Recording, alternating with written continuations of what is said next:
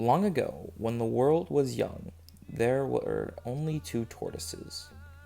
They did not have any shells or houses on their backs as we know them to have today. They were all soft.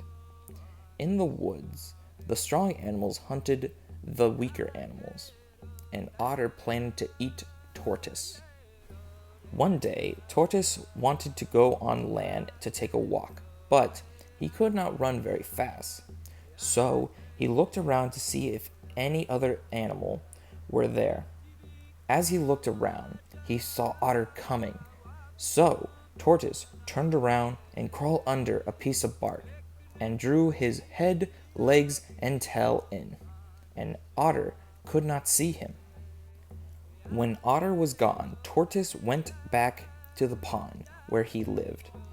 But he did not know that Wanabuzu was watching him and saw how he had saved himself from Otter.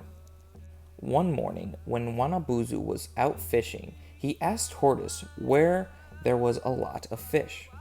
He said, "If you tell me, I'll give you a sturdy house that you can carry on your back."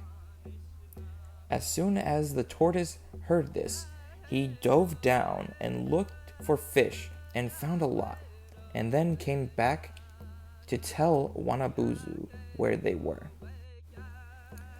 Wanabuzu thanked him and got out of his canoe and asked Tortoise to come up on land with him. There, Wanabuzu found a piece of bark and put it on Tortoise's back, and got another piece and put it on his stomach. Then they watched for Otter to come.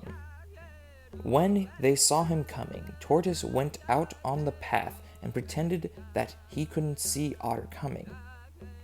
When Otter saw Tortoise, he jumped on him so that he could eat him. But Tortoise drew his head, legs, and tail into his new shell, where he was safe.